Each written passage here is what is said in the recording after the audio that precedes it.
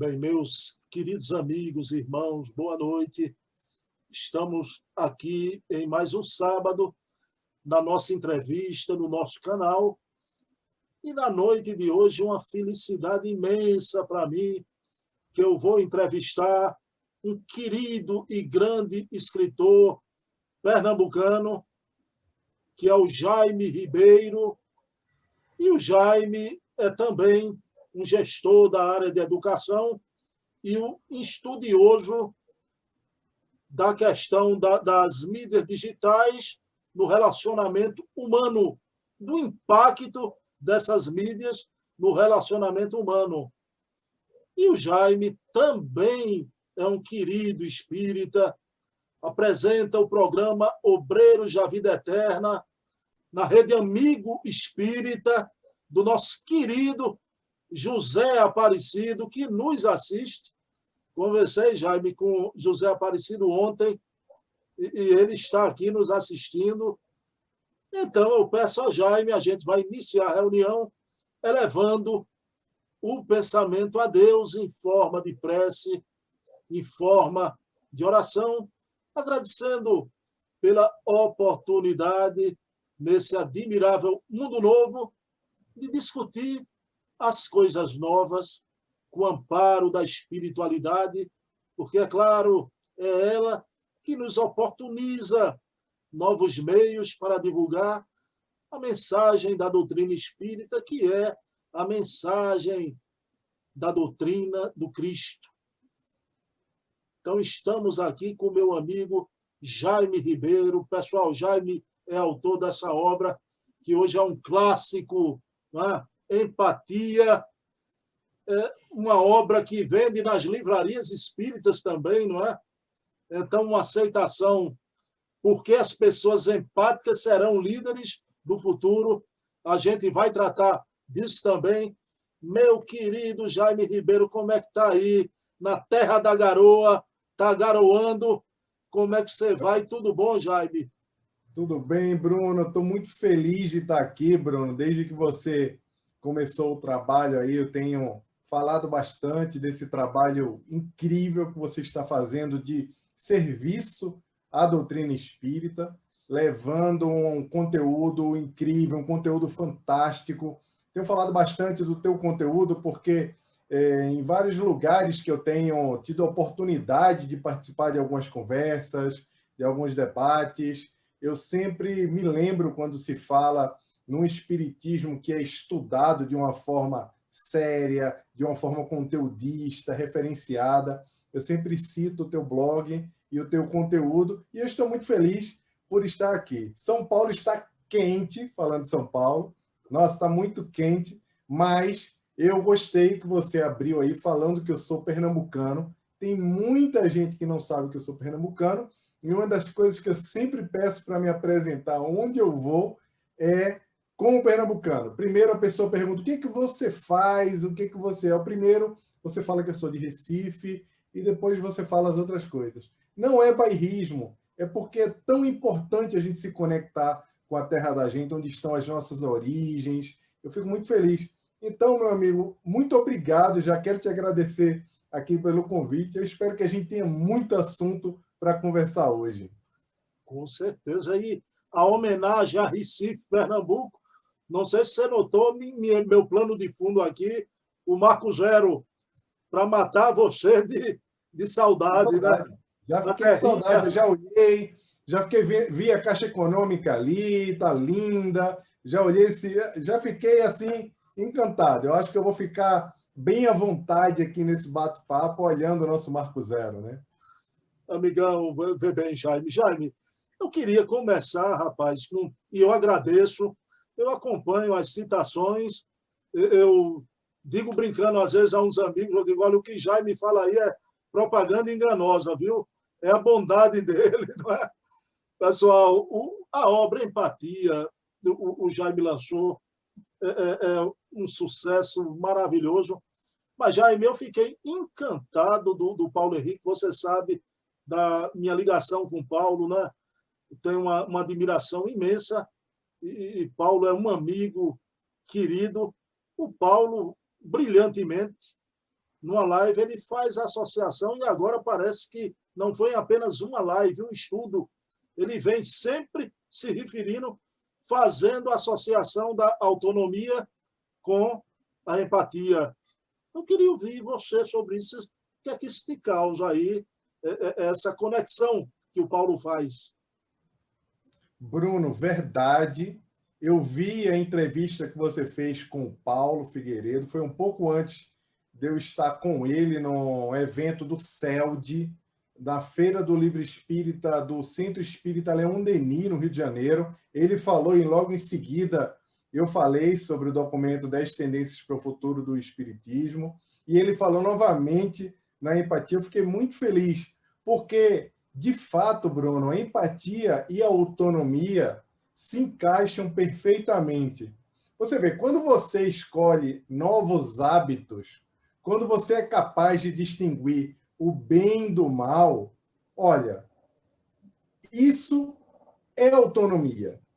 Isso é um movimento de autonomia. A proposta de escolha de novos hábitos por meio da sua vontade. Quando Allan Kardec fala na caridade desinteressada, o que é isso? Sobre o que estamos falando com essa proposta de caridade desinteressada? Essa caridade desinteressada é o ato do dever livre da perspectiva do castigo e da recompensa, livre de aprovação dos outros. No momento atual, nós estamos vivendo uma sociedade que espera aprovação para tudo que faz, e isso catalisado e impulsionado pelo mundo digital, pelo comportamento do mundo digital.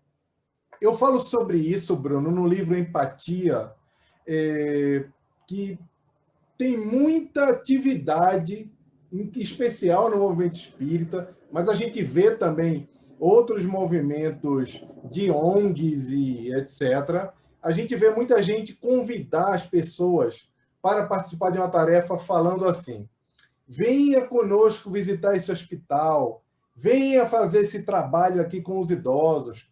Quando você sai de lá, quando você termina o trabalho, você sai energizado, você para de reclamar da vida.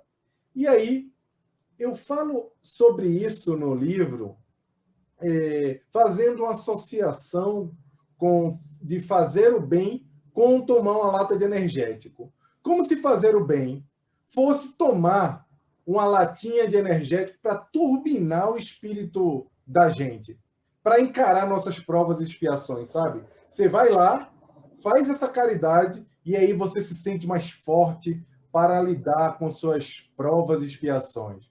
E onde é que está a autonomia em fazer o bem esperando essa recompensa?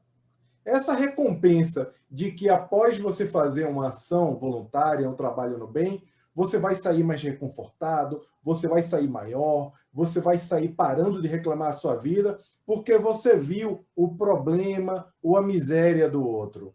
Isso parece não fazer muito sentido, né? Porque às vezes nós ficamos esperando que por fazermos a caridade, ou esperamos que por fazer a caridade, a nossa vida vai melhorar. Acontece muito das pessoas dizerem: olha, eu faço tanto bem, eu faço tanta campanha, por que eu estou sofrendo? Aí você para pensar na moral heterônoma aí. Porque você acredita que o fato de você estar fazendo bem, o fato de você ser uma pessoa boa, te habilita uma recompensa divina por ter ajudado o outro. O que é isso? Isso é heteronomia. Então, nós não devemos fazer o bem, voltando à história da caridade desinteressada, porque nos tornamos capazes de nos tornarmos pessoas melhores por isso, nos sentirmos pessoas melhores.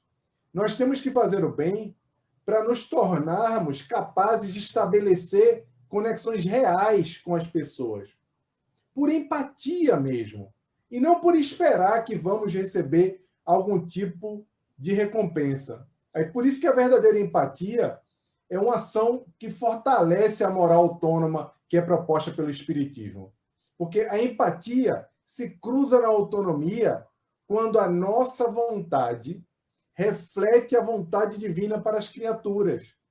Quando impulsionamos, por meio dessa vontade, o nosso melhor para refletir ao nosso redor o amor que vive dentro de nós.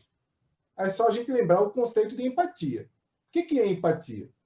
A capacidade de se colocar no lugar do outro, de sentir o que o outro sente e, a partir dessa perspectiva, agir.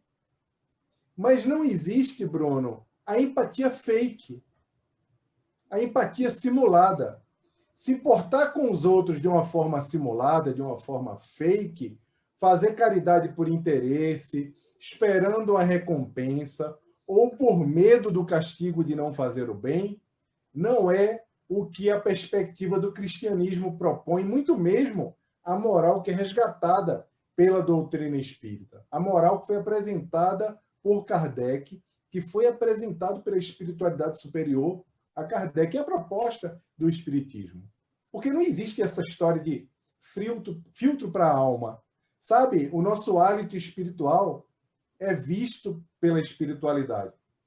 Tem uma frase que eu gosto muito da Santa Teresinha, que ela diz o seguinte: nós somos o que Deus pensa de nós, e não o que nós tentamos simular. Não tem jeito.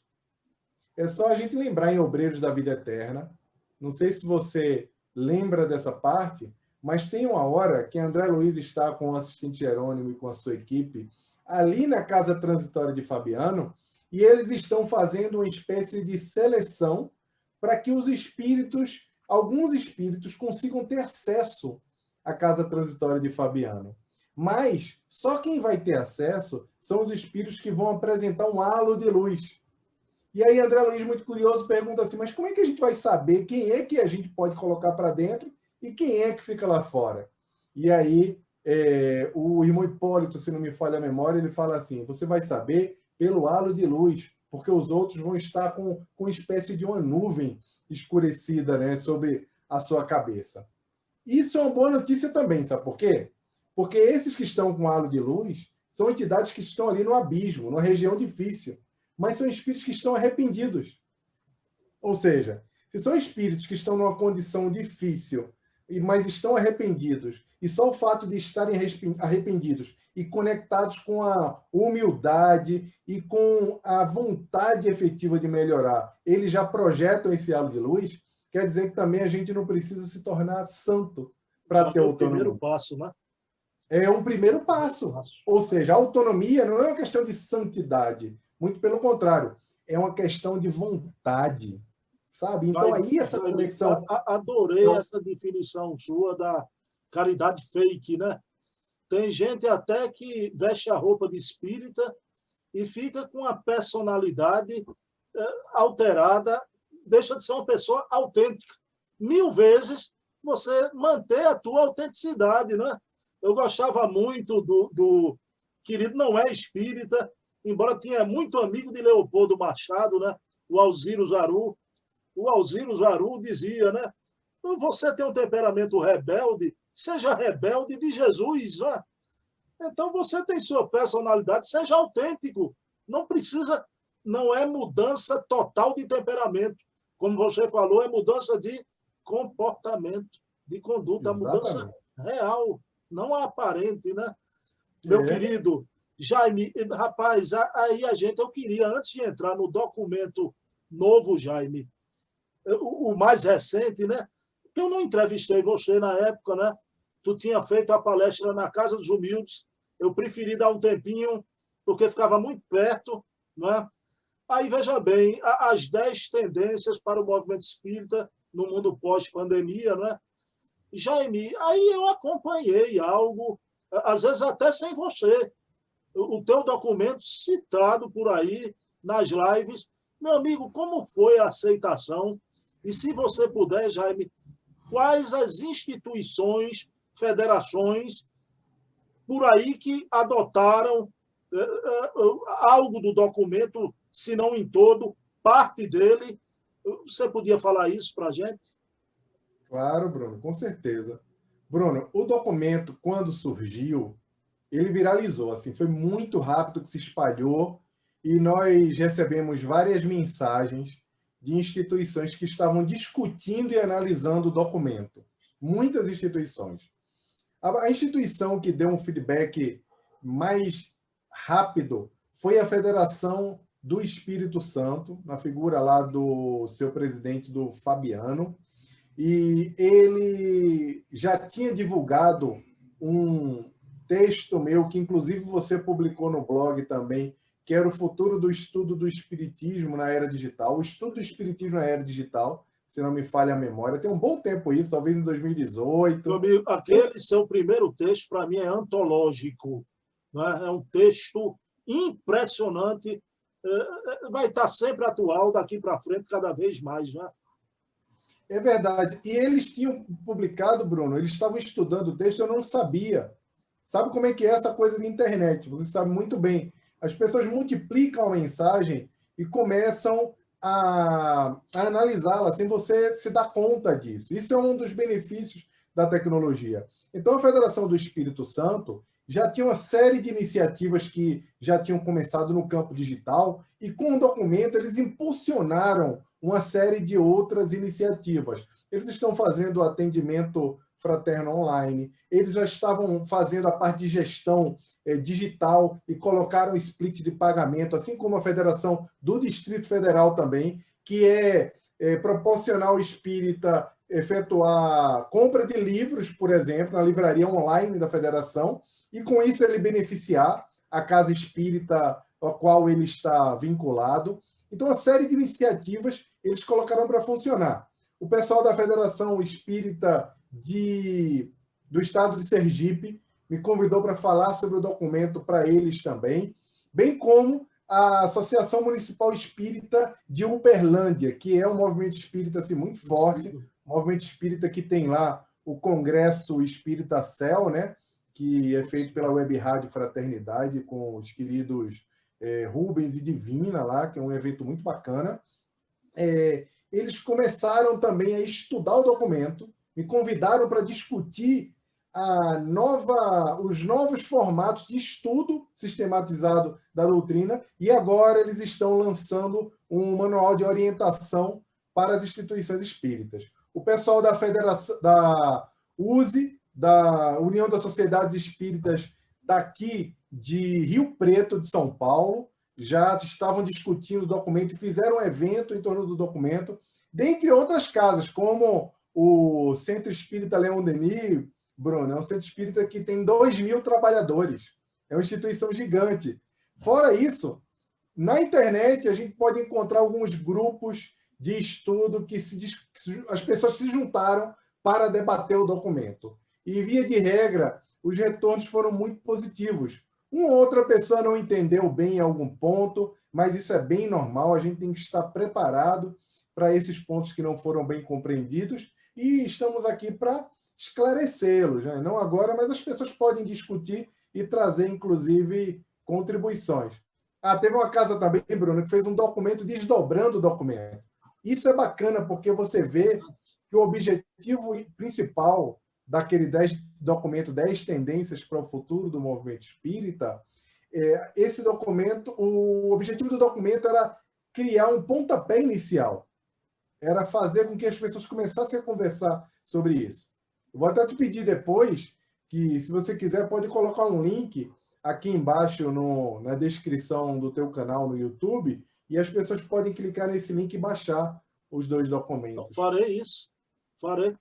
Na sua palestra na Casa Humildes, Luiz Jorge fez com o primeiro documento, que era o que existia, vou colocar os 2. Ô Jaime, aí já fazendo uma transição do primeiro documento para esse agora, o Espírita no Mundo Digital, né? Já é uma transição que a gente está fazendo.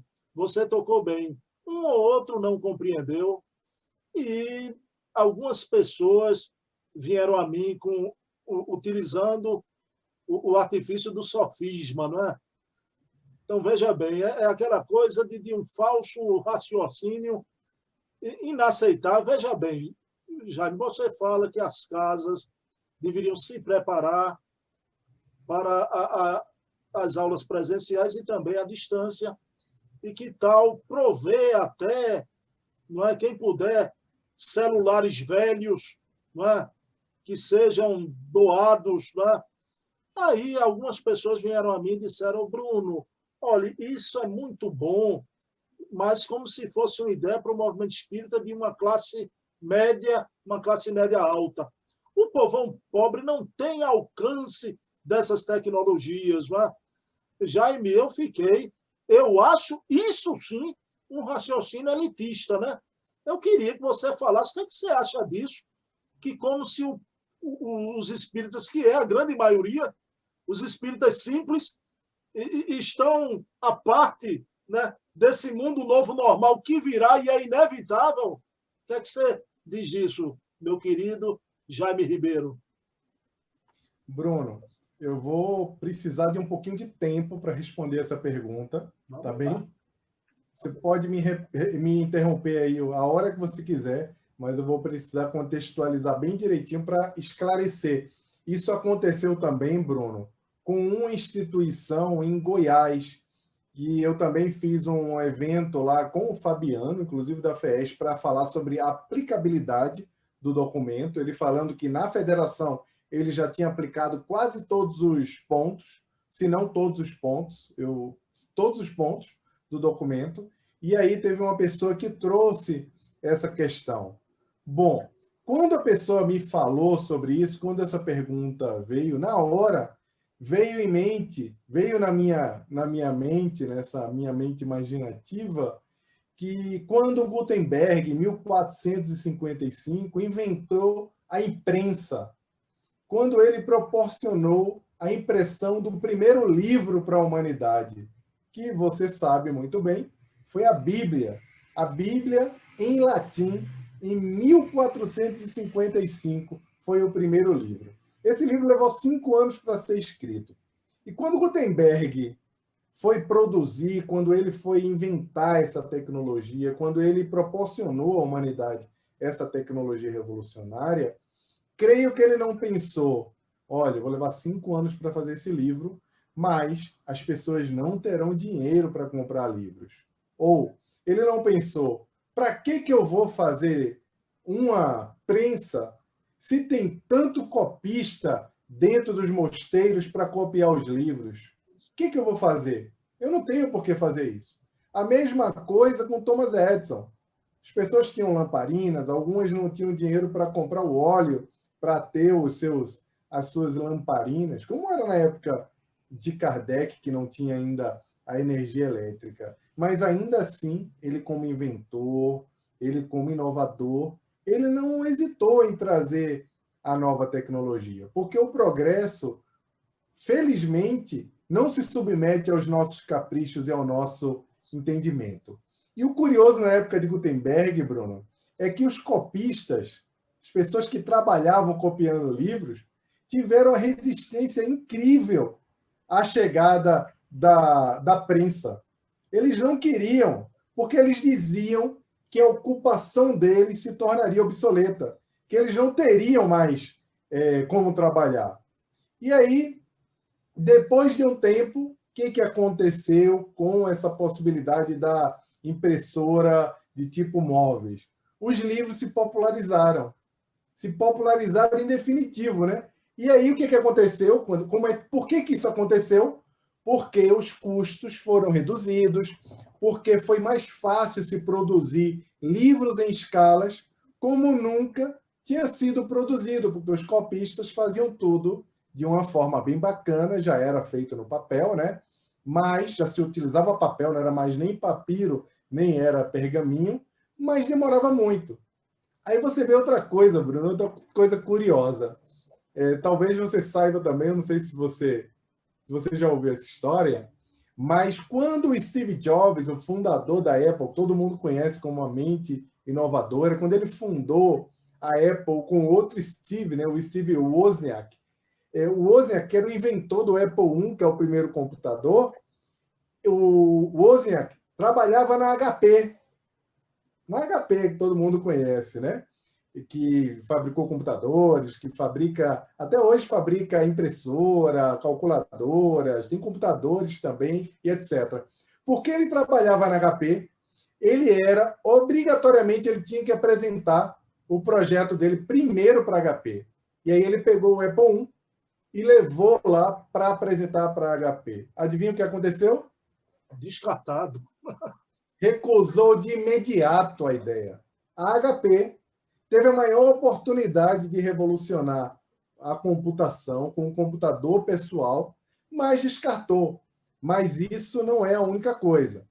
Você sabe quem inventou a câmera digital? O inventor da câmera digital. Não sei se você sabe de cabeça. Não sei. Quem inventou a câmera digital, aquela câmera que até bem pouco usamos e que hoje está dentro dos nossos celulares, foi a Kodak. Quem que é a Kodak? Nós conhecemos a Kodak, que nós somos da geração X, né? Da geração que vivenciou as máquinas de filme. Aquelas máquinas lá, vimos Polaroid, mas vimos a máquina de filme. É a Kodak a dona dos filmes. Eles patentearam, chegaram a patentear a máquina digital, mas eles ganharam dinheiro com a patente, mas não foram adiante com essa ideia. Sabe por quê? Porque eles tinham 90% do mercado de filme dos Estados Unidos, o maior mercado do mundo, e mais de 50% do mercado mundial. Eles não inovaram, não avançaram para a tecnologia digital. E o que aconteceu com a indústria de filmes? Morreu. Podemos dizer hoje que é uma indústria de nicho, mas nem os fotógrafos mega profissionais usam mais filme, que alguns já existiam, né? Assim como hoje a gente ainda usa vinil. Pois bem, Bruno, nós que pensamos em tendências, pessoas que trabalham fazendo tendências para o futuro, que tentamos incentivar as pessoas para que o mundo abrace essas novas possibilidades, nós estamos acostumados com esse comportamento das pessoas, como que você ouviu aí em Recife. Algumas pessoas têm muita resistência com a inovação. E o que é pior, tem gente que, além de se tornar resistente, Bruno, vira inimigo da inovação. Mas eu te digo, meu irmão, a gente tem que ter muita paciência com essas pessoas, porque elas não fazem isso por maldade, sabe? Não é maldade, é desconhecimento mesmo. Porque tem muita gente que só enxerga o mundo pela perspectiva daquilo que está ao seu redor, pela sua interpretação das coisas que ele está enxergando ali no braço. O que tem perto, o que ele conhece. Mas os números, as experiências múltiplas das pessoas são muito diferentes. E esse tipo de tecnologia que nós temos hoje, ele não chegou para excluir as pessoas. É muito pelo contrário. Eu não estou dizendo aqui para você que não existem os excluídos digitais, como você bem falou. Tem gente que não tem celular, não tem computador, não tem internet. Existem muitos excluídos digitais no Brasil e no mundo. E é uma pena, porque quando a gente olha a tecnologia com o potencial que ela tem, educacional que ela tem, essas pessoas estão, de alguma forma, excluídas. Mas para imaginar uma coisa. Uma criança hoje de 13 anos, como eu falo lá naquele primeiro texto que nós citamos sobre o estudo de espiritismo na era digital, com Wi-Fi ou com 3G, ou pegando o Wi-Fi de uma cafeteria, de uma escola ou de um vizinho, tem mais acesso a informações, tem mais acesso a conteúdo sobre o mundo inteiro, conteúdo digital, do que um professor universitário tinha na época da gente, na época que a gente estava na faculdade, anos 80, anos 90. A grande questão que essas pessoas não entenderam, Bruno, não é se devemos ou não usar. A questão é o que eu trago no segundo documento. É como devemos usar a tecnologia. Jaime, só uma coisinha. Você falando aí, rapaz, e às vezes o novo, necessariamente, não é a morte do velho, né? Porque o rádio com o advento da televisão, né? O rádio hoje se mantém. Eu mesmo sou um ouvinte de rádio, né? Então, você, com o advento da internet, vai morrer a televisão. Não vai morrer. As coisas vão ter outro direcionamento. Aí, Jaime, o pensamento espírita também. Me permita, essas pessoas que fazem essas análises apressadas, né? A gente pensa que os grandes missionários, os grandes gênios, né? Então, veja bem, a missão do campo religioso. Rapaz, para mim, um Steve Jobs que não tinha o curso universitário, Jaime, ele realmente, para mim, ele veio aqui para dar essa noção à humanidade da multipluridimensionalidade, né? A gente, a Olha partir só. daí, tudo ficou perto. O que é que você pensa disso e dessas grandes figuras que vieram nesse mundo digital, Jaime? Muitos deles, você concorda que foram preparados no plano espiritual, vieram aqui para fazer essa renovação também? Bruno, Kardec, na Gênese, ele fala sobre esses novos espíritos que estavam chegando na Terra para fazer uma mudança, para fazer uma transformação no planeta. Ele já falava sobre isso.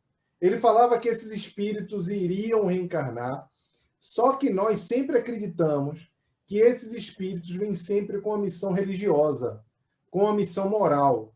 Muitas vezes, esse movimento é primeiro o movimento do campo do conhecimento. Lembra lá de Emmanuel, do Pensamento e Vida? Quando ele diz que são duas asas que levam o espírito humano até Deus. Uma das asas é a sabedoria e a outra é o amor. Só que a sabedoria, para ser desenvolvida, ela é precedida pelo conhecimento, segundo Emmanuel. Então, quando esses espíritos vêm aqui, assim como foi outrora lá na época dos faraós, inclusive o Paulo Henrique Figueiredo falou dessas entidades que chegaram aqui na Terra e precisavam usar de digamos, de uma imposição das suas ideias, porque as pessoas aqui não entendiam o que eles queriam efetivamente fazer, e foi assim que foi desenvolvida a agricultura, e assim que foram desenvolvidas várias coisas aqui na Terra. Bem como esse tipo de transformação que acontece aqui. Transformações como a que foi trazida por Einstein. Aí você fala, poxa, mas Einstein era um dos homens mais inteligentes que já pisou aqui na Terra. Sim, e ele falava que Deus não jogava dados. Olha que interessante. E aí a gente olha pessoas que vêm, uma pessoa que traz a luz, como Thomas Edison, que traz a luz, que nos proporciona a possibilidade da energia elétrica, da lâmpada.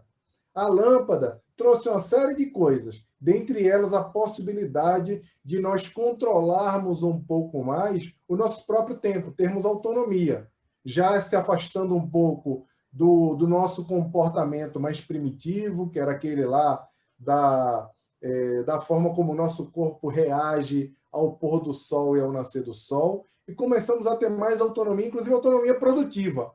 Óbvio, Bruno, que se formos falar aqui sobre a história da humanidade, falarmos do que o próprio desenvolvimento da agronomia trouxe de positivo e também de negativo, o que a energia atômica, quando foi desenvolvida, trouxe de negativo e o quanto traz de positivo, a gente chega a uma conclusão que ela é muito importante, que você fala bastante, é que a tecnologia em si não é boa nem é má.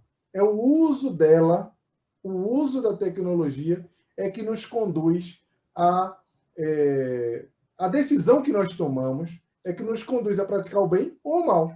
A gente vê isso em Brasil, Coração do Mundo, Pátria do Evangelho. Um livro que você gosta muito também. Lembra lá quando Ismael está conversando com Jesus e Jesus fala que proporcionou a comunhão e digamos, a intercessão entre o povo da África e o povo português para poder formar um novo povo aqui. E aí Ismael, muito triste, fala, olha, como se diz lá no Rio de Janeiro, né? Que eu morei 16 anos no Rio, né? Deu ruim. Os portugueses estão escravizando os africanos. Temos um problema aqui. Ou seja, o que ocasionam esses problemas? A nossa decisão. Mas o próprio descobrimento das Américas, a própria possibilidade de chegar aqui, foi o desenvolvimento de uma tecnologia naval portuguesa. Poucos eram os povos que sabiam navegar contra as correntes.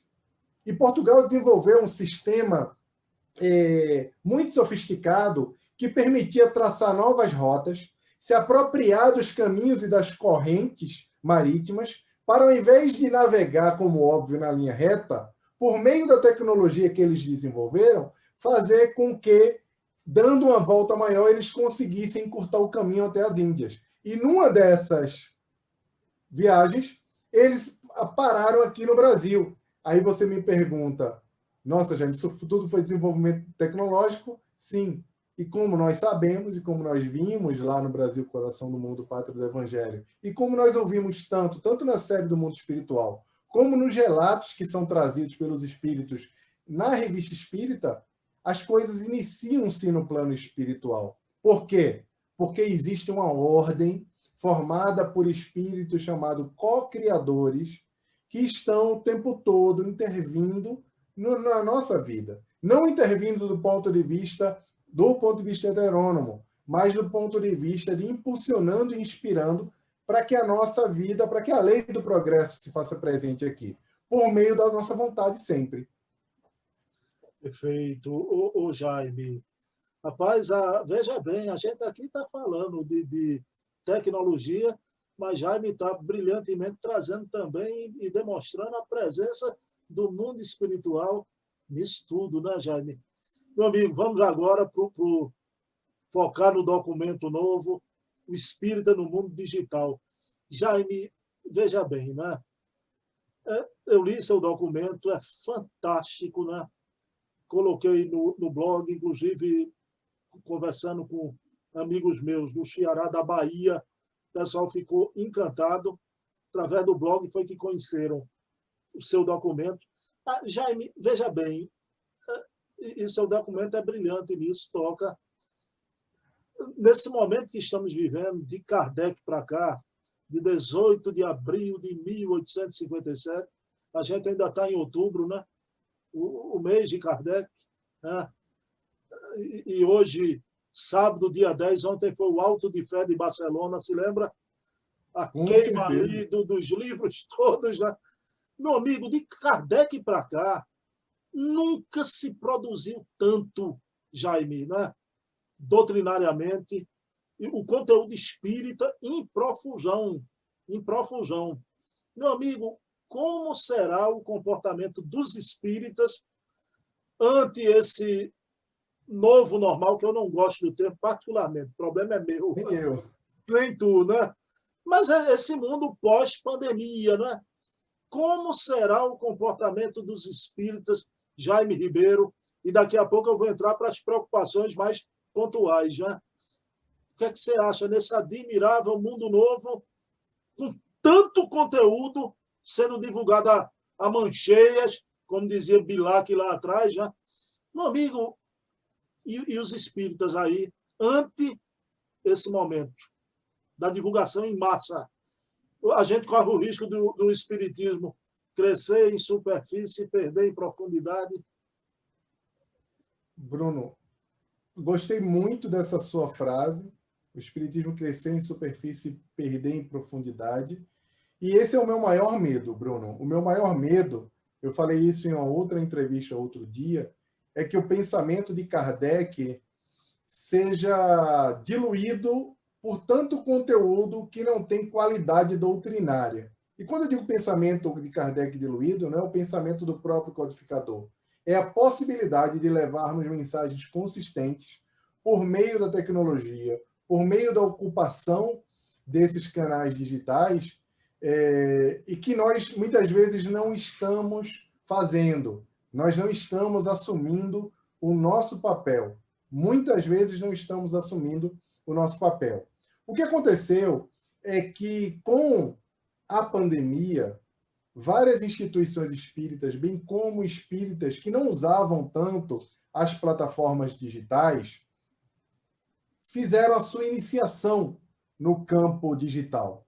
Muita gente usava o WhatsApp, às vezes usava o Facebook, mas não assistia nada. O Facebook era mais para compartilhar, para ler alguma coisa, para interagir com o familiar, mas usar a tecnologia de uma forma assim mais sistemática, como está sendo usado agora, logo depois da pandemia, que começou a ser usado logo depois da pandemia, isso não acontecia. E aí, o que trouxe esse movimento? Esse movimento trouxe milhões de espíritas, e não espíritas, mas vamos falar aqui especificamente dos espíritas, para dentro do ambiente digital, para consumir essa quantidade de conteúdo doutrinário que você está falando que foi produzido, e você tem toda a razão, eu falo isso no documento, que nunca foi produzido tanto conteúdo doutrinário como nos últimos 6 meses. Por quê? É simples da gente entender isso, porque a tecnologia ela possibilita um alcance grande e possibilita outra coisa, Bruno. Possibilita fazer uma coisa que a Rede Amigo Espírita fez muito bem. Quando começou a pandemia, ao invés da Rede Amigo Espírita pegar os vídeos assim de pessoas muito conhecidas no movimento espírita, que estavam sempre nos congressos, que estavam sempre nos eventos, como você muitas vezes já falou quando a gente conversa, como é que fica o formato dos eventos? A gente sabe que os eventos muitas vezes são repetitivos, inclusive o Rossando acredita nisso também, já tinha conversado bastante com ele sobre isso, que os eventos tornam-se repetitivos com as mesmas pessoas. Alguns canais, alguns veículos começaram a replicar esse mesmo modelo dentro do universo digital. O que a Rede Amigo Espírita fez? Exatamente o contrário. Ela continuou proporcionando esse conteúdo, que muitas vezes são conteúdos maravilhosos, de pessoas incríveis, que eu gosto muito de todas elas, e você sabe, a maioria eu conheço, né, por conta dos congressos, que eu frequento bastante esses eventos, você sabe muito bem disso. Mas a Rede Amigo Espírita começou a convidar outras pessoas para fazerem programas. Então, apareceu programa com jovens, como Home Office Espírita, apareceram programas de entrevistas, programas de análise de livros, pessoas que nunca tiveram a possibilidade de falar para mais pessoas, mostrar o seu trabalho, conseguiram, por meio de uma plataforma digital, encontrar um espaço, não para alcançar multidões, mas para deixar a sua contribuição para que a palavra da doutrina espírita, que a consolação levada pela doutrina espírita alcançasse mais corações. Então, essa possibilidade é muito boa. Por outro lado, todo mundo que entrou para consumir, ou eu chamo consumir, que é como a gente chama no universo digital, isso para participar, para assistir, para ler, a gente chama consumir, tá, gente? Para a gente se acostumar, para consumir esse conteúdo, para ver vídeos, para participar de lives na internet, em todas as plataformas digitais, não entendiam bem como funcionavam essas plataformas. E aí, qual o grande perigo? Assim como tem conteúdos muito bons como o seu, que trazem sempre coisas incríveis, a entrevista da semana passada foi muito boa com o Wilson Garcia, da Heloísa da semana retrasada, foi uma entrevista muito boa. E o conteúdo próprio do teu blog, que você traz tanto a história do Espiritismo, como datas comemorativas, como reflexões, entrevistas, ou seja, faz um apurado muito grande do que é o movimento espírita, que não é só ficar louvando, nem só ficar falando sobre um tema, monotemático. Você sabe que eu tenho muito problema com a questão do monotema. Eu acho que a gente pode falar de muita coisa. Kardec não falou de uma coisa só, né? Ele até subdividiu a obra dele para poder, em pouco tempo, trazer para a gente o máximo de conteúdo doutrinário. As pessoas entraram no mundo digital, mas elas não entendem como funciona direito. Resultado, tem muito conteúdo que foi produzido nessa época também, que é conteúdo que não tem fundamento doutrinário, conteúdo sensacionalista.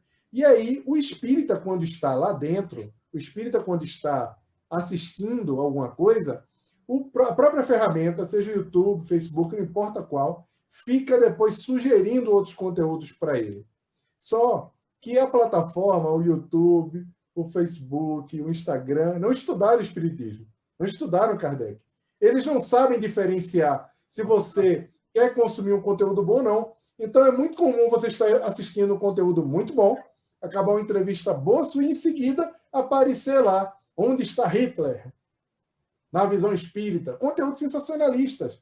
Então, o grande problema, Bruno, agora, que a gente precisa lançar luzes, é como proteger a nossa comunidade por meio da educação, não por meio da censura, nem por meio de dizer o que tem que ser visto e o que não tem que ser visto, é ajudá-la a entender como funcionam os mecanismos digitais, para que eles possam, todo mundo, ter a capacidade de identificar o que é mal intencionado, o que é bom e o que é ruim. É o pensamento crítico que o codificador tanto falava na sua obra, né? Ô Jaime, você, com muita propriedade que você tem, tocando aí na questão do que as plataformas ficam empurrando de conteúdo para a gente, né? Duas preocupações também nesse momento. Eu fiquei muito impressionado. Há 2 dias atrás eu conversei com José Aparecido, né? E o canal do YouTube da Rede Amigo Espírita foi hackeado. Perderam uma quantidade imensa de vídeos já. Inclusive, o José Aparecido foi de um idealismo. Rapaz, ele perdeu isso à noite. Na manhã do dia seguinte, ele já estava providenciando o evangelho na rede e para não parar, né? E ele está refazendo tudo, o site, concordo com você, está muito melhor, democrático, não é? Aliás, o trabalho de Aparecida, eu acho que é um trabalho maravilhoso, né? Tem uma assistência espiritual muito grande.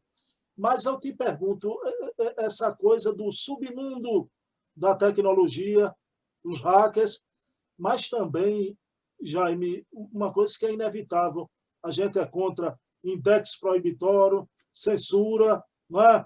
Seja lá qual for, desde a do Supremo à revista Cruzoé, a gente não aceita, mas como também grandes instituições que monopolizam, querer censurar algum livro, isso não. Mas também, Jaime, e eu queria que você colocasse essa coisa pecuniária aí na questão, né? Do dinheiro. Outro dia, eu conversando com você, a gente viu um indivíduo que se dizia espírita, a gente analisou e mostrou um vídeo dele, não importa, são muitos. E o número de visualizações e de inscritos no canal era um absurdo, né? E você levantou a questão de indivíduos que estão ali demonstrando palestras dos outros, mas tem um ganho ali, tem uma especulação em cima do conteúdo espírita. Fale um pouquinho disso, com tua propriedade para a gente. Tá, Bruno. É verdade. Tem alguns perfis que multiplicam palestras de palestrantes conhecidos, e são perfis pessoais de pessoas que são remuneradas por visualização. Pouca gente sabe, Bruno, mas alguns canais são remunerados pelo YouTube por views, por visualizações. Cada vez que você assiste um canal, um desses canais, você está contribuindo para esse tipo de assunto. Qual que é o problema com isso? O problema não é quando você produz o seu conteúdo, é um conteúdo seu, é um conteúdo profissional, você vive disso e etc. O problema é quando você usa o conteúdo que é do outro, como é o caso de alguns canais, você usa o conteúdo do outro para remunerar o canal e você vive dessa remuneração e se beneficia financeiramente dela. Eu falo, inclusive, no documento sobre isso. Eu digo que a internet virou um grande shopping center e é preciso ter muito cuidado e saber diferenciar o que é um conteúdo pago do que não é um conteúdo não pago. Por exemplo, é possível que você esteja assistindo aqui essa entrevista, essa conversa, e antes de ter entrado esse momento, ter aparecido alguma propaganda de alguma coisa. Olha, é muito comum, isso não é um problema no mundo digital. O mundo digital é isso. O YouTube, assim como as redes de televisão, a sistemática é a mesma. Isso não é um problema. O problema é quando as pessoas começam a taguear, que é colocar palavras-chave espíritas em alguns vídeos para poder mostrar o patrocínio para um espírita. Vou dar um exemplo. Eu assisto bastante entrevistas, eu assisto bastante a Rede Amigo Espírita, eu assisto bastante os vídeos do Rossandro Klinger, do Divaldo e tantas outras pessoas, do Haroldo e todo mundo. Eu assisto bastante. E aí alguma pessoa, né, qualquer pessoa, vai lá e pega, olha, eu quero, quando vai colocar um anúncio, eu quero que o meu anúncio seja visto pelos espíritas. Aí o algoritmo do YouTube vai lá e fala, olha, esse cara aqui lá de São Paulo, que tem tantos anos, que mora não sei onde, que parece que tem uma renda X pelo que ele compra aqui na internet, dá para ver aqui no computador dele, olha o que ele procura aqui no Google, olha os restaurantes que ele frequenta, olha tudo isso aqui, olha, esse cara aqui pode comprar esse produto. Igual como tem naquele é parecido com aquilo do dilema das redes sociais que a gente viu, o documentário da Netflix. Daqui a pouquinho a gente toca no Dilema das Redes, daqui a pouquinho. Tá bom, tá bom. E aí ele olha e faz assim, eu vou mostrar esse vídeo para o Jaime, porque o Jaime vai querer comprar isso aqui. E aí o Bruno está em Recife, vai entrar, o Bruno também tem a mesma coisa, olha mais ou menos a mesma coisa que eu olho, e aí vai lá e eu mostro também para o Bruno. Ou seja, algumas pessoas entenderem como é que é o comportamento do espírita. O Google, o Facebook, as gigantes digitais já sabem que nós somos espíritas, onde nós moramos, com quem nos relacionamos, se temos filhos, quais são os nossos gostos. O grande problema é que eles sabem mais da gente do que a gente mesmo. Tem coisa que eles sabem sobre nós que nós nem sabemos ainda, só analisando e cruzando todos os nossos comportamentos no mundo digital. E aí tem gente que sabe disso, vai lá no Google, coloca o dinheiro e fala, ó, eu quero vender isso para os espíritas. Então, toda vez que uma pessoa entrar no vídeo espírita, vai aparecer isso aqui para ela. Isso é um alerta que a gente faz aos espíritas, não que eles não comprem produtos patrocinados no YouTube. Isso é a dinâmica do jogo do mundo digital. Mas que eles saibam que aquilo ali é um patrocínio, que aquele link é um link patrocinado, que aquilo ali é uma tentativa de vender um produto para uma pessoa que consome um conteúdo espírita. Ele consiga identificar isso. Não quer dizer que toda a propaganda que ele vai ver foi direcionada para um conteúdo, um público espírita, porque ninguém é só espírita. Você é espírita, mas você gosta de Santa Cruz, como você gosta. Você é espírita, mas você é de Recife. Você é espírita, mas você é vegano. Então, é muito normal que apareça para você uma propaganda da Fazenda do Futuro. O grande problema não é a Fazenda do Futuro estar anunciando. O grande problema é quando eu, espírita, tento usar minha reputação, minha vida no movimento espírita, para ganhar dinheiro para a minha vida pessoal por meio do movimento espírita. Porque as mesmas leis, regras de conduta que foram nos noticiadas, esclarecidas por meio do livro Conduta Espírita, do livro Sinal Verde, sobre o nosso comportamento diante das reuniões doutrinárias, são os mesmos para o comportamento no mundo digital. Então, eu falo nas portas digitais dos vídeos, porque é como se tivesse alguém na esquina do centro esperando você passar para te vender alguma coisa, porque sabe que você é espírita e está entrando no centro espírita. O problema é que as pessoas acham que ninguém está vendo. As pessoas acham que o espírita não está alerta para esse tipo de situação. E a verdade é que não está. Por isso eu escrevi um documento para poder os espíritas entenderem o que é conteúdo bom, o que é conteúdo ruim, saber diferenciar. Eu não ensino como diferenciar o documento, mas eu falo como tem que olhar. E também não serem presas fáceis para o impulso de compra dentro das plataformas. Isso aí, você no seu documento, você dá um conselho ótimo, né? Que a gente, a partir de sempre, a gente faça a nossa busca lá na pesquisa, a gente não seguir pelo que a plataforma oferece. Vamos fazer a nossa procura ali, não é? Exato. Bruno, imagina se eu quisesse ver um conteúdo da Heloísa Pires, a entrevista que você fez maravilhosa com a Heloísa Pires. Eu posso entrar lá naquela bolinha lá do Busca e colocar Bruno Tavares, Heloísa Pires, ou eu posso esperar o YouTube ou o Facebook, por meio dos algoritmos deles, me mostrar essa entrevista. Só que como os algoritmos são viciados, digamos assim, é mais fácil que ele me mostre um conteúdo de alguém que tenha 500 mil seguidores e que fale de temas sensacionalistas, do que mostre um conteúdo de uma entrevista relevante que não é daquele tamanho no mundo digital. Aí é que está o problema. A gente precisa ter autonomia, e o meu documento é um documento, como a Valéria falou de uma forma brilhante, é um documento de autonomia do espírita no mundo digital.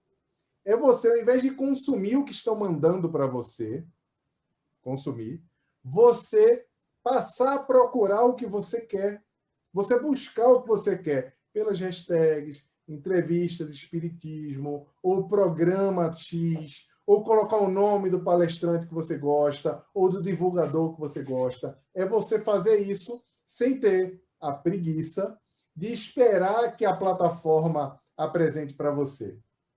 Mas isso traz uma outra questão, tá, Bruno? o papel das federativas, o papel dos divulgadores espíritas nisso tudo. Jaime, você citou Valéria. Valéria fez aquela citação na maior feira do livro espírita de Pernambuco, a querida Fé Leal. Um abraço a Carlos Cardoso, que está nos assistindo, leu o seu documento. Adorei aquela citação de Valéria do teu documento como um documento de autonomia dos espíritas nos meios digitais. Né? Jaime, aí vamos lá, um assunto. Jaime, você viu o filme Dilema Social, o Dilema das Redes, né? Eu também. É um filme impressionante. Aconselho todo mundo a ver a manipulação toda, e são diretores de todas essas plataformas que se afastaram.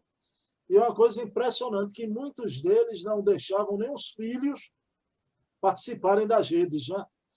Aí, veja bem, a gente sabe que o novo sempre vem, e é inegável, se a gente falar dos benefícios, seria redundante, do Zoom, do Meet, do Stream e Arde, né? Seria redundante. Mas veja bem, mas a gente sabe que tem todo esse perigo aí, à espreita, em volta, a coisa dos neurotransmissores viciantes, né? Mas, Jaime, aí veja bem, eu tenho um amigo que ele viu o filme e se apavorou. Encerrou a conta de Instagram, de Facebook. Eu poderia até entender, mas até o e-mail, Jaime, né? Ele encerrou a conta dele de e-mail, né? Então, com todo esse perigo aí das redes sociais, eu queria, nesse primeiro momento, que você falasse sobre isso, qual seria o posicionamento de autonomia, né?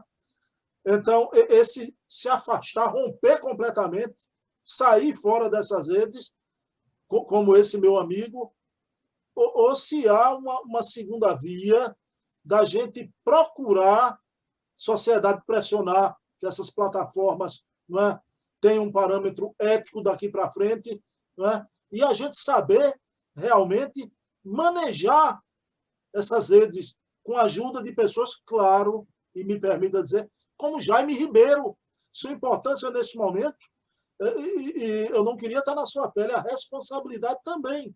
Você sabe como eu tinha preconceito com tudo isso. E você, devagarzinho, foi quebrando muita aresta que eu tinha. Jaime, então me diga aí, o filme, o Dilema das Redes, toda essa manipulação, mas e a postura, o Vitus e médio, né? Qual seria o caminho do meio que Herculano toca tanto? Bruno, essa é uma excelente pergunta, porque o documentário ele traz uma carga de informação que para muitas pessoas foram novas informações. As pessoas não faziam ideia daquilo. Elas não sabiam que estavam sendo observadas, tagueadas, e que eram, de fato, um produto das redes sociais. O que acontece lá dentro, e depois eu vou trazer para esse radicalismo de não estar em nenhuma rede social que você mencionou aí o seu amigo. Toda vez que você não está pagando por um produto, você é o produto. Esse é o primeiro ponto. O Facebook e o Google não gostam dessa frase. Eles protestaram contra essa frase, mas é a grande verdade. De que essas plataformas vivem? De anúncios. Essas plataformas foram construídas inicialmente, inclusive eu falo isso no documento, por inspiração mesmo, inspiração do plano espiritual, e isso a gente volta para aquela primeira pergunta, para nos conectar de uma forma diferente da que nós éramos conectados até então. Que muitas vezes estávamos circunscritos aos ambientes familiares ou às nossas micro-regiões. Era bem por aí.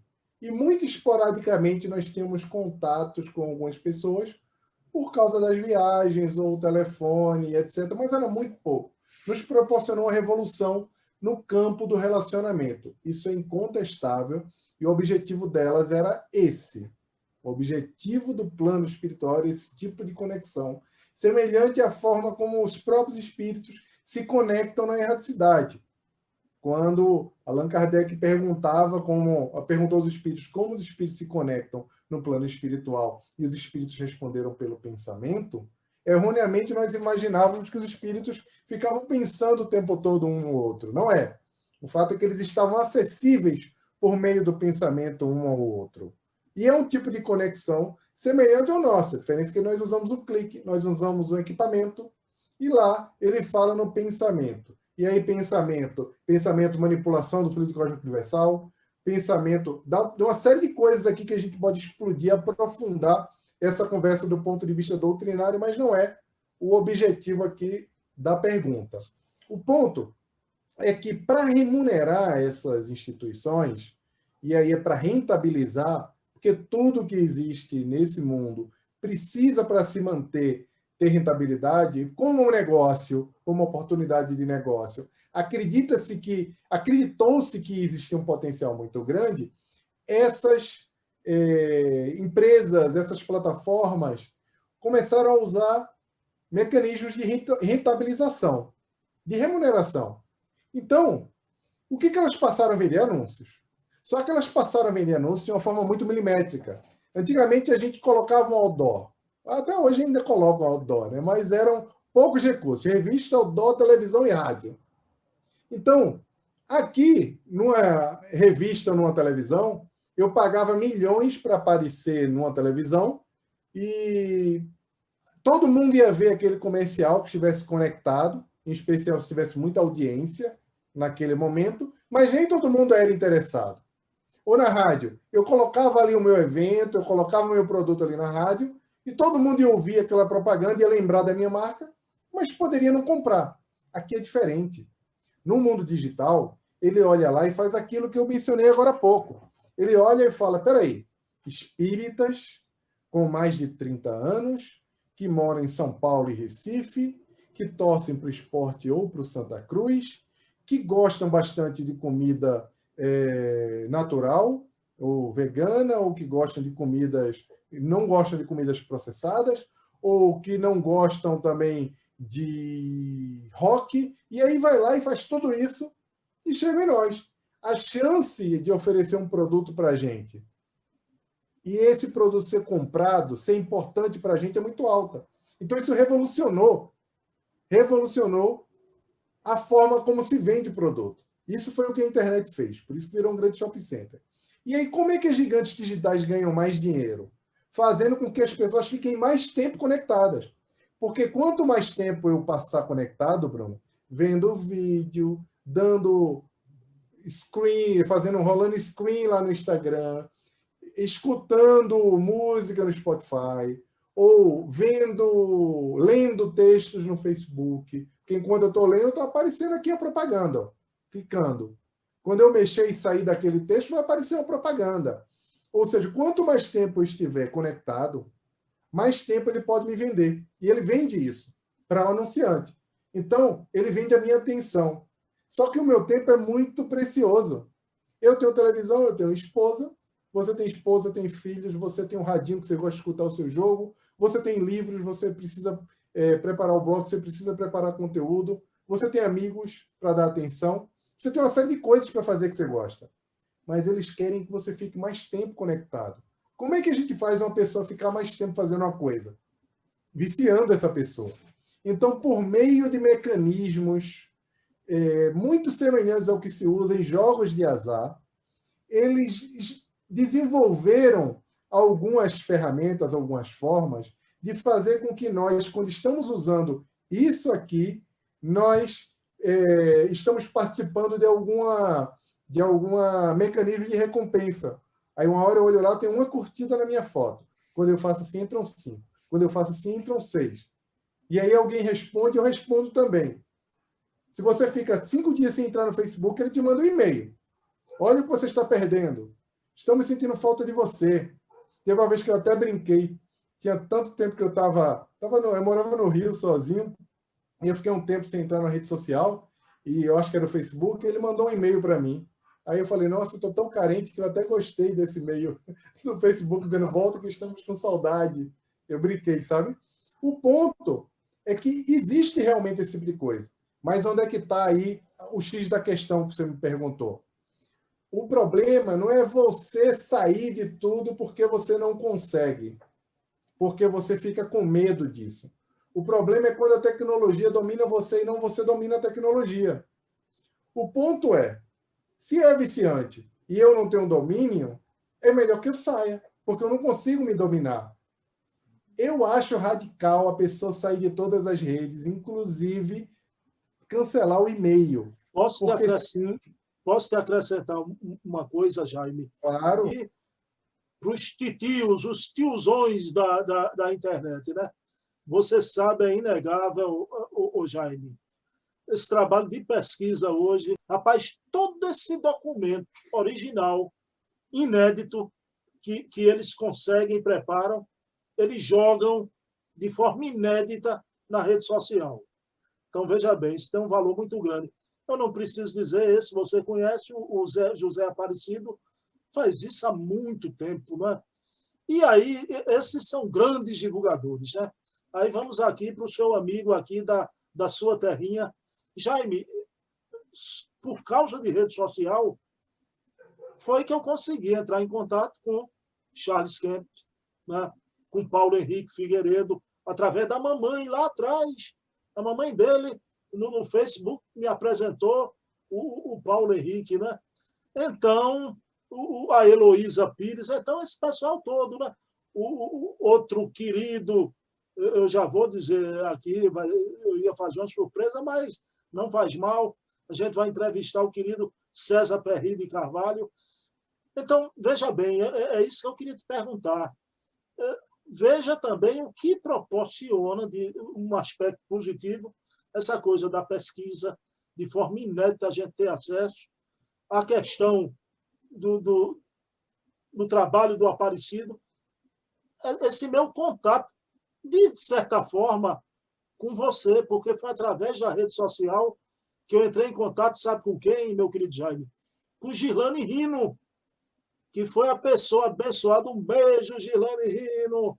Olha, Jaime aqui. Foi a pessoa abençoada que me colocou você no meu caminho. Né? é verdade. E aí, meu amigo, como é que fica esse valor? A gente também não pode abdicar, Jaime, né? Totalmente. Não, não pode. Bruno, é usar a tecnologia e não ser usado por ela. O ponto, Bruno, do Facebook, que você falou bem, e das redes sociais, é você pode escolher a rede social que você vai participar. A verdade é que hoje, o que está acontecendo? As redes sociais estão se tornando mais visuais. Em poucos anos, a internet toda, mais de 85% da internet, vai virar só vídeo, porque as pessoas estão se tornando mais visuais. Eu não sei se você já teve acesso a essa informação, que é uma informação também de tendências que foram apresentadas no ano passado no evento da Amazon, que 85% da internet em poucos anos será por vídeo. O que isso quer dizer? Quer dizer que as pessoas estão se transformando mais em visuais e nós estamos vendo isso com redes sociais como o TikTok crescendo com jovens. Se você opta por colocar todo o teu trabalho no Facebook, olha, você começou a usar essa rede social. Talvez tenha pouco tempo que você tenha começado, 5, 10, não estou falando você não, qualquer pessoa, né? 5, 10 anos, mas o Facebook era a rede social preferencial de mais de 75% das pessoas e hoje já está em menos de 50%. Isso quer dizer que todo o seu trabalho maravilhoso, bacana, conteudista, o trabalho do César Perry, do Paulo Henrique, de toda essa turma que você falou, se está lá dentro do Facebook, e está todo ancorado dentro do Facebook, pode estar cumprindo um propósito agora. Mas esses trabalhos, bem como os trabalhos que foram feitos por Allan Kardec, não podem ser trabalhos temporais. Eles precisam ser atemporais. E para ser atemporais, eles precisam ter a dinâmica do mundo digital, que é também migrar entre as plataformas. Que, vou dar um exemplo, tá, Bruno? Não está lá no Facebook, as marcas continuam no Facebook. O Facebook tem o seu papel ainda. O problema é quando você tem um conteúdo como Cartas de Kardec, ou um conteúdo gigante como o da Simone Privato, que está lá no YouTube, eu fico perguntando se ela tem todos esses vídeos ou se eles estão só lá no YouTube. Se ela tem um backup desses vídeos. Porque talvez esses vídeos devessem estar numa página, que é uma página dela mesmo, um site, ou uma página, um portal focado só na adulteração da Gênese, que ia ajudar bastante uma pessoa quando colocasse lá no Google adulteração da Gênese, iam ver os vídeos, mas iam ver também que tem uma página especializada sobre isso, uma página chancelada, porque a pessoa pode botar adulteração da Gênese, Bruno, e cair num conteúdo ruim também. Entende? Só basta esse conteúdo ruim ser um conteúdo que foi mais acessado do que o conteúdo da Simone Privato. Isso não é difícil. Basta colocar dinheiro, basta ser sensacionalista. O ponto é que nós precisamos, em especial os estudiosos, eu deixo um recado aí para essa turma toda que faz um trabalho de pesquisa incrível do espiritismo, comecem a estudar outras plataformas. Tem uma plataforma chamada Medium, que é como um Medium nosso. Essa plataforma é uma plataforma de conteúdo escrito. É a maior plataforma de blog do mundo. Conteúdo escrito. Tem os maiores escritores, as maiores empresas, os maiores pensadores, museus, instituições estão nessa plataforma. Então, não deixa de ser também uma espécie de rede social. Não deixa de ser uma plataforma digital. Mas talvez seja o melhor lugar para ter um conteúdo escrito, que fique permanente. O conteúdo de vídeo. É importante que todo mundo tenha o seu próprio backup, porque quando você sobe lá no YouTube e acontece o que aconteceu com o Aparecido, ele podia ter perdido todos os vídeos dele. Então tem que encontrar onde está o seu público. Tem muita gente no Facebook porque o seu público é de pessoas mais velhas? Sim. Mas espera aí, você quer ficar falando sobre autonomia para pessoas acima de 50 anos o resto da sua vida? Ou você quer ensinar autonomia para as pessoas mais jovens, para que se garanta que o pensamento da heteronomia não assombre mais o movimento espírita brasileiro? Eu acho que é importante fazer os dois. Então, essa turma mais velha, que são, você chama dos tiozões, né? Você chama, essa turma que usa Facebook, Jair. Essa turma que tem um tempo que está lá ancorada no Facebook, precisa aplicar uma coisa que é muito importante que vem sendo falado no mundo, que se chama o lifelong learning. No meu podcast, eu tenho um episódio só sobre isso. O lifelong learning fala que nós vamos precisar estudar para o resto de nossas vidas. O Bruno Tavares, que agora virou youtuber, está aqui fazendo tanto trabalho no YouTube, daqui a 3 anos vai precisar aprender uma outra coisa.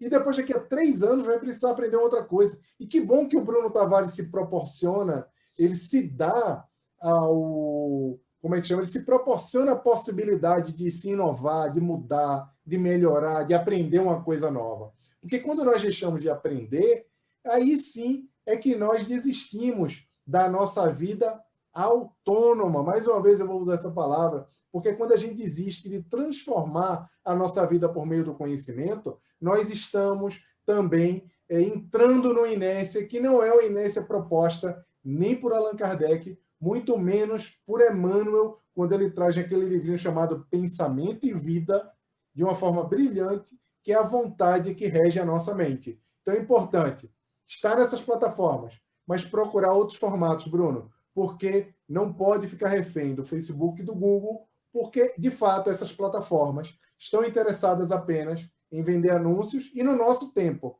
E nós não estamos aqui para brincadeira. Nós estamos para difundir a doutrina espírita e preparar uma renovação social, segundo Allan Kardec falou, que seria o propósito do espiritismo na sua 5ª fase. É importante lembrar da Revista Espírita de agosto de 1863, quando Allan Kardec dizia que o espiritismo entraria na fase da renovação social. E nós aqui agora temos um grande papel de construir essa fase de transição, né? Saindo do excesso da religiosidade, continuando com o nosso coração no Cristo, vivendo a nossa conexão com o divino, mas nos preparando para entrar numa era de entendimento do homem integral. meu querido amigo Jaime Ribeiro. Jaime, você me lembrei de um pensamento de Chico Xavier. Essa coisa da migração, quando chega um determinado momento, é bom você migrar.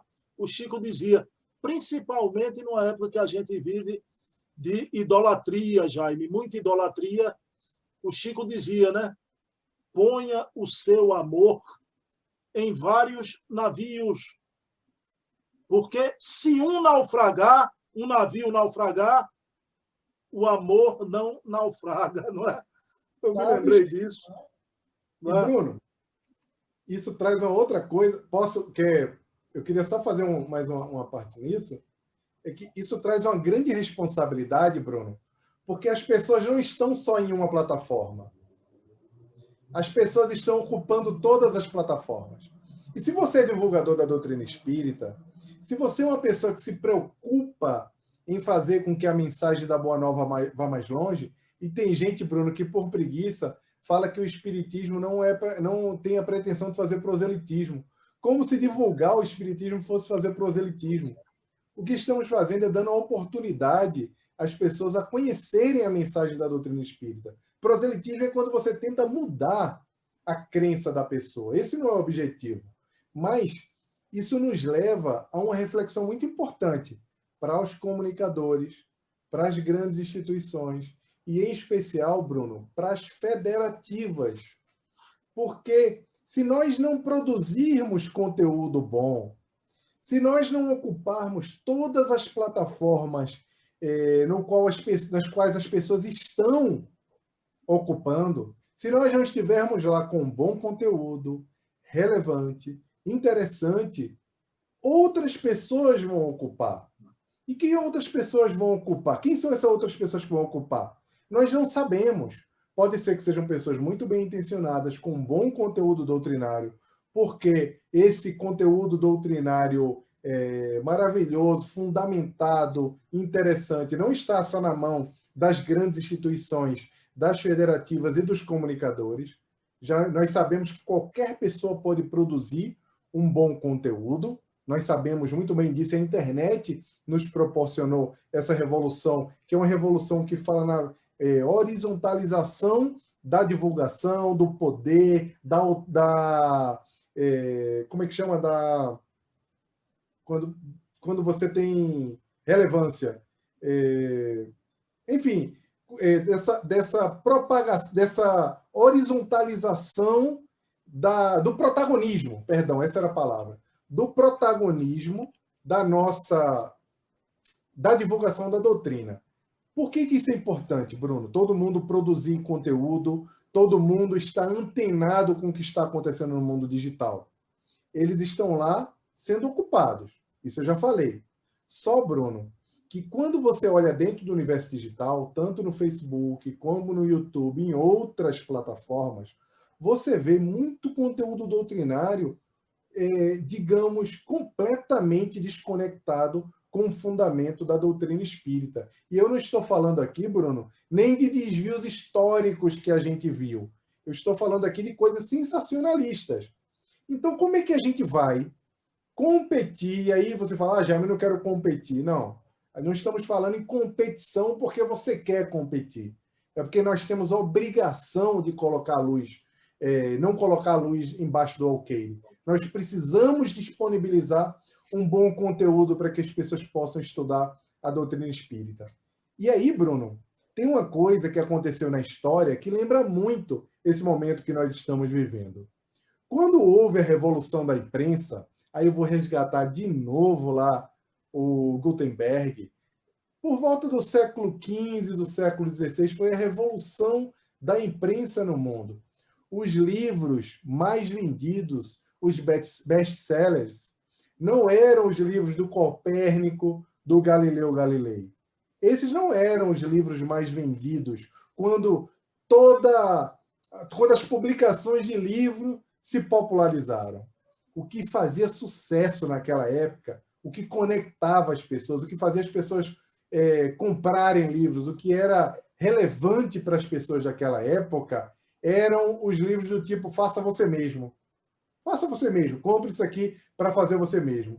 E sabe qual foi um dos maiores best-sellers da época. Sabe qual foi o livro? Um dos livros que mais venderam nessa ocasião?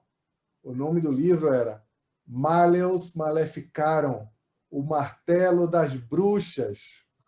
E o que era esse livro? Esse livro foi lançado em 1487 e ele ensinava como você mesmo poderia identificar, caçar e matar bruxas. Esse foi um livro até que foi encomendado por um bispo, mas quando chegou, após a encomenda, ele foi rejeitado pela igreja, ele nunca foi aceito pela igreja. Mas quer saber de uma coisa? Mesmo não aceito pela igreja, não recomendado, as pessoas continuaram comprando e continuaram acreditando naquilo que o livro falava. As pessoas continuaram caçando as chamadas bruxas, muitas delas médiuns, como nós sabemos. E nós temos muita sorte hoje, como civilização, por causa desse nível de informação que nós temos. Por conta das redes sociais, das mídias sociais também. Porque, por causa delas também, algumas coisas como essas não acontecem mais. Você lembra lá ao longo da Peste Negra o que aconteceu? Ao longo da Peste Negra, os judeus foram culpados pela disseminação da Peste Negra, foram caçados e muita gente morreu, muitos judeus morreram naquela ocasião. A gente está vendo semelhante agora, ao longo da Covid. Nós vemos muita gente por aí repetindo que a culpa da Covid-19 é dos chineses, que eles inventaram esse vírus em laboratório. Imagina se nós não tivéssemos informação como temos hoje, o que não estaria acontecendo no mundo? Por isso que é tão importante nós produzirmos conteúdo bom, porque por isso que é tão importante as instituições, as federativas e os espíritas em geral se ocuparem de, em algum nível, não importa em que nível, ocupar esses espaços digitais, não sair deles também, dominá-los e não ser dominados por eles, para poder propagar a mensagem consoladora da doutrina. Porque é uma questão de bom senso, Bruno. Pelo nosso trabalho de divulgador da doutrina espírita, é nossa obrigação produzir alguma coisa. É só olhar como o YouTube e o Facebook já está hoje, né? Existem muitos canais e conteúdo de qualidade doutrinária muito baixa. E eles estão disponíveis para as pessoas assistirem. E como a gente viu, o YouTube, o Facebook, as outras plataformas, não sabem dizer se o conteúdo é bom ou se não é. Então, talvez depois dessa entrevista, de qualquer outro conteúdo, vai aparecer um vídeo com crendices, com sensacionalismo, como aquele lá. Teve um vídeo aí que eu vi outro dia que é por que Gugu morreu na visão espiritual? Se quiser se preocupado com a morte do Gugu, entendeu? E essas fórmulas que vêm sendo vendidas, que são completamente distantes dos fundamentos que a doutrina espírita apresenta. Agora pensa aqui comigo. Se é mais fácil as pessoas acreditarem que bruxas existem, acreditar em teorias da conspiração, se é mais fácil acreditar que esse vírus foi feito por um grupo de bilionários na China que queriam dominar o mundo, do que procurar saber a verdade, entender por que aquelas mulheres, que curiosamente as bruxas eram todas mulheres, né? Olha que absurdo, né? É mais fácil entender isso, acreditar que eram bruxas, era mais fácil chamar essas pessoas de bruxas, era mais fácil acreditar que isso é um vírus que foi criado em laboratório por chineses que querem dominar o mundo, do que entender, saber o que é mediunidade, entender como é que um vírus funciona, como é que ele se transforma e como é que ele afeta o corpo humano. Você imagina para uma comunidade, para pessoas como no nosso país, que tem raízes religiosas sincréticas, raízes sincréticas em relação às crenças, como é fácil para essas pessoas se conectarem com conteúdos místicos?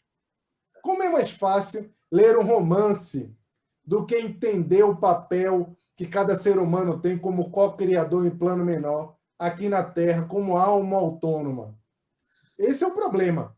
Ou a gente coloca conteúdo bom lá dentro, inteligente, útil, para popular, para preencher esse ambiente digital, ou ele vai ser ocupado por esses conteúdos sensacionalistas. E aí, meu amigo, para o povo vai ser muito fácil escolher o conteúdo que vai assistir, porque ele vai ser replicado pelas redes sociais. Ele vai ser sugerido pelos algoritmos das redes sociais. E, muito provavelmente, esses conteúdos sensacionalistas, esses conteúdos de teorias das conspirações, inclusive tem teoria da conspiração espírita, vão ter uma velocidade muito maior. Agora é uma decisão nossa. O que temos que fazer agora?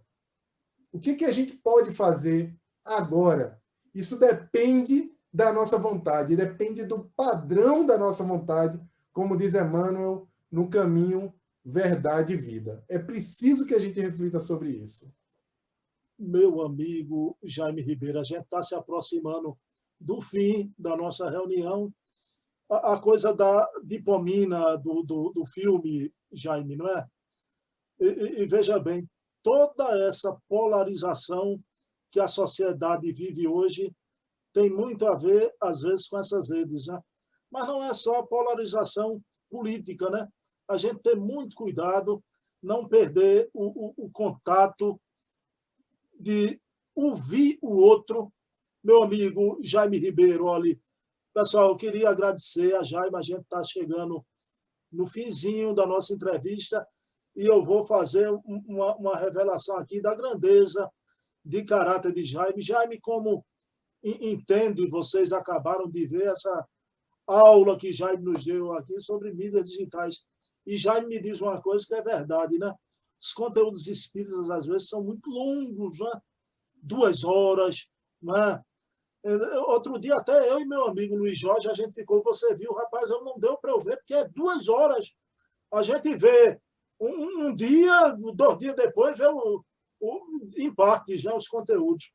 E Jaime me disse isso, mas Jaime, sabe, eu tenho feito as entrevistas, Jaime, com essa humildade que lhe é peculiar, o Jaime disse, eu estava durante a semana preocupado, né?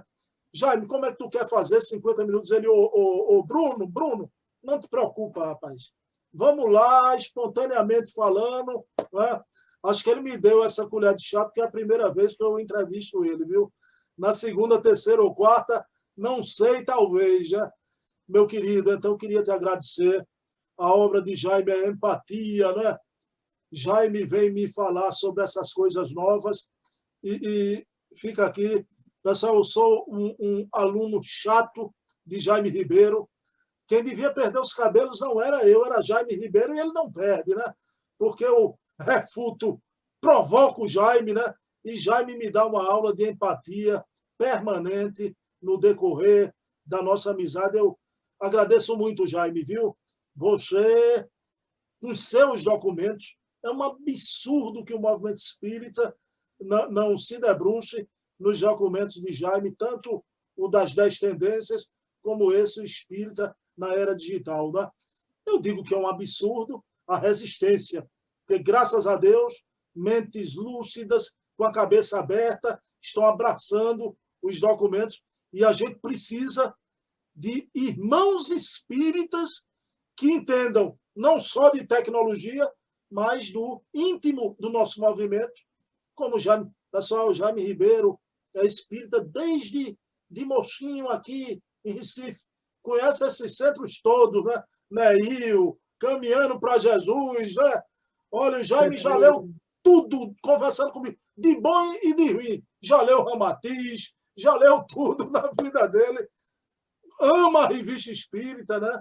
Eu quero muito dizer isso, porque parece que é o cara da tecnologia que é o curioso. Não, antes de ser o cara estudioso do impacto das mídias digitais, lá atrás já era um espírita participando do movimento espírita, né? Quero deixar isso aqui. E, para encerrar, a palavra final com você, Jaime. Suas palavras finais para os nossos amigos aqui que estão bebendo dessa aula do tecnicista Jaime Ribeiro. Gente, Bruno, eu só tenho a te agradecer. Foi um bate-papo muito bacana. Você sabe quanto eu gosto do teu trabalho. Você falou que é aluno, é o contrário. Eu que aprendo muito contigo. Gosto quando recebo teu conteúdo. Em especial, chega à noite, no momento que eu estou ali já recolhido. Às vezes eu levo o celular para o quarto, às vezes eu não levo, mas quando eu levo já estou deitado, eu dou uma lidinha. Teve uma vez que eu lembro bem, você falou assim, já você não leu, não. Aí eu comecei a te contar todo o blog, aí eu falei, Bruno, nunca mais diz que eu fala que eu não leio o negócio que você me mandou, que eu leio tudo que você manda, que eu leio muito rápido, né? Eu tenho uma capacidade de leitura, não é que eu leio rápido e não pego, pelo contrário, o próprio estudo do Obreiro da Vida Eterna mostra que é um estudo detalhado que eu faço lá na Rede Amigo Espírita, eu gosto de estudo detalhado, mas eu leio muito rápido, dinâmico também, em especial informação.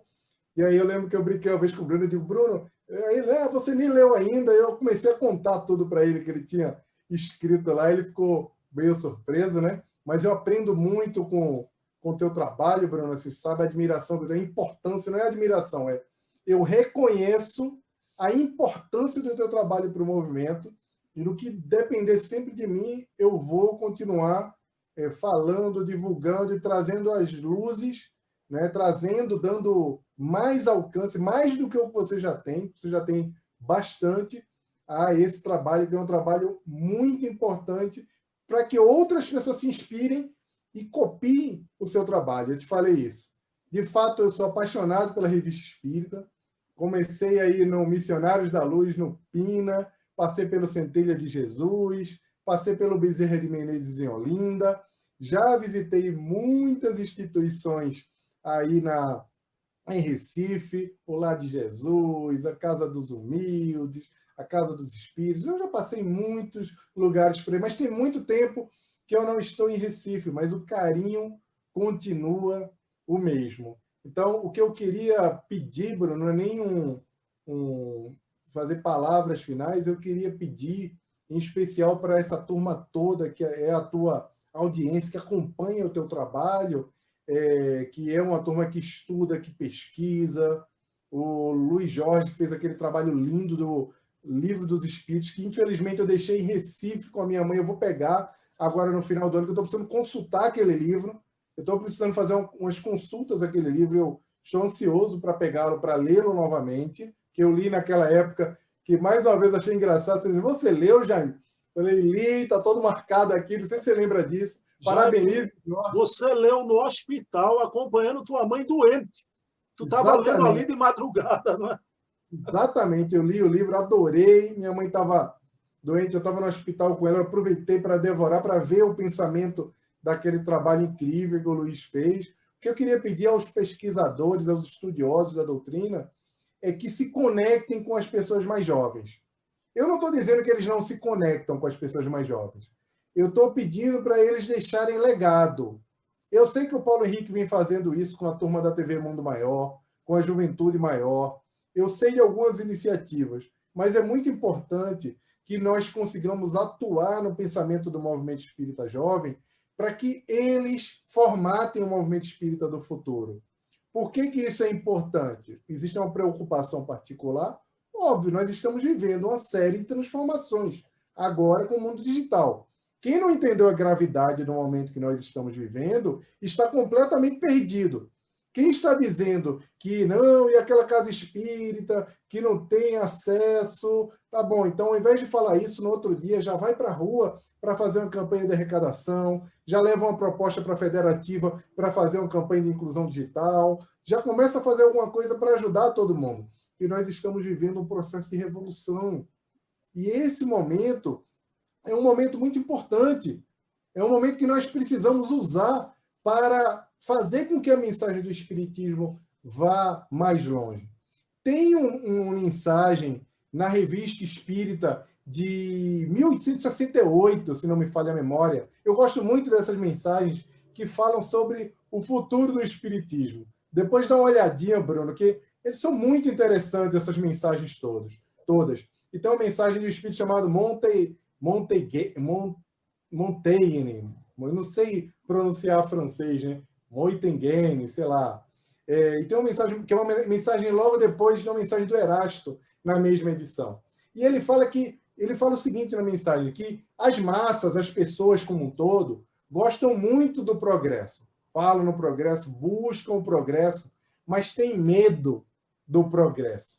O Espírito fala isso numa mensagem, numa parte intitulada O Futuro do Espiritismo, que as massas gostam do progresso, mas temem o progresso. Por quê? Porque temem o desconhecido, porque o secreto faz com que as pessoas ignorantes se sintam um pouco abaladas. ele traz essa visibilidade, esse ensaio para a gente. Então, as grandes palavras que o Espiritismo nos traz, que é a liberdade, que é o progresso, o amor, a caridade, essas palavras, elas ferem o povo sem comovê-lo, o Espírito fala. Mas está chegando a hora, vai chegar um momento que essas palavras, que a mensagem espírita, que esse presente, que é um presente que muitas vezes nós achamos que é um presente medíocre, um presente que não compreende a mensagem espírita,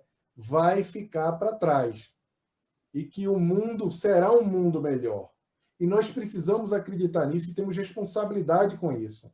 O Espiritismo, na quantidade de espíritas aqui na Terra, é pequeno. Nós somos, comparados pelo IBGE, com os católicos aqui no Brasil, por exemplo, nós somos menos de 5 milhões, quando os católicos são mais de 100 milhões. E tudo bem, está tudo normal. Mas na erraticidade, no plano espiritual, os espíritos que conhecem as leis divinas, a reencarnação, a pluralidade das existências, a pluralidade dos mundos habitados, que conhecem os princípios, a lei de causa e efeito, a quantidade de espíritos que sabem, que conhecem essas leis, é quase a totalidade, tirando os espíritos ignorantes. Porque todos eles se submetem a essa lei da reencarnação, se submetem à lei de causa e efeito. Eles sabem que tem que obedecer. Ou seja, nós não podemos nem observar a perspectiva da importância da doutrina espírita pela quantidade de espíritos encarnados apenas. Nós temos que pensar nos espíritos desencarnados, que estão 100% deles, encarnados e desencarnados também, submetidos às leis divinas, que são as leis que foram reveladas pelos espíritos superiores. O que nós temos que fazer, nesse momento, é fazer com que a mensagem da doutrina espírita alcance mais corações. E nós temos a tecnologia para isso. Fora disso, o resto, Bruno, é preguiça. É ficar pegado ao passado, é diminuir a barreira, o padrão da vontade ser muito limitado. E não adianta a gente ter medo. A tecnologia está aí para nos ajudar e os corações estão precisando ouvir a nossa mensagem. Meu querido amigo Jaime, olha, um abraço em Catarina, viu? Um grande abraço em Catarina. Abraço em Cessa aí também, né, tia Iva, todo mundo. Catarina colabora muito também nos seus documentos. A gente precisa dar o crédito à Catarina, né? Trabalho tem vários créditos. Belíssimo que ela faz, aquele design todo do documento, né? Ela monta, Bruno. Ela monta e ela também faz o cheque conteudista. Ela checa se a linguagem está clara, ela checa se está direta. Ela é uma médium incrível, né? Então ela tem uma inspiração assim que é impressionante. Ilumina muito o trabalho que eu venho fazendo, sabe? É uma parceira assim de espiritualidade mesmo. Tá aí agora que eu entendi, porque às vezes eu estou no telefone com o Jaime, aí eu ouço o Jaime, já vou. Ele fala mais alto em casa, né? Jaime, querido, vamos encerrar da forma que a gente começou.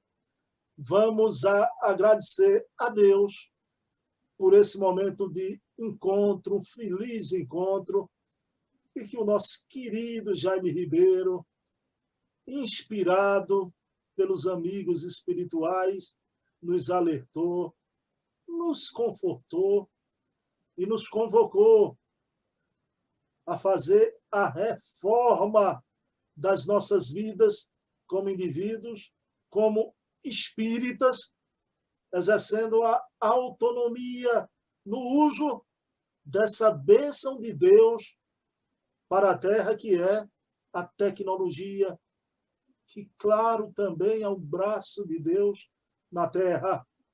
E que possamos juntos, unidos, nos aconselhando com irmãos mais experimentados na Terra ou no espaço, com os espíritos mais amadurecidos, possamos passar por essa tempestade da travessia da hora profética e que possamos lá na frente chegar à nova civilização do Espírito que está em vias de restauração nesse planeta de expiação e prova, que se transformará num planeta de regeneração.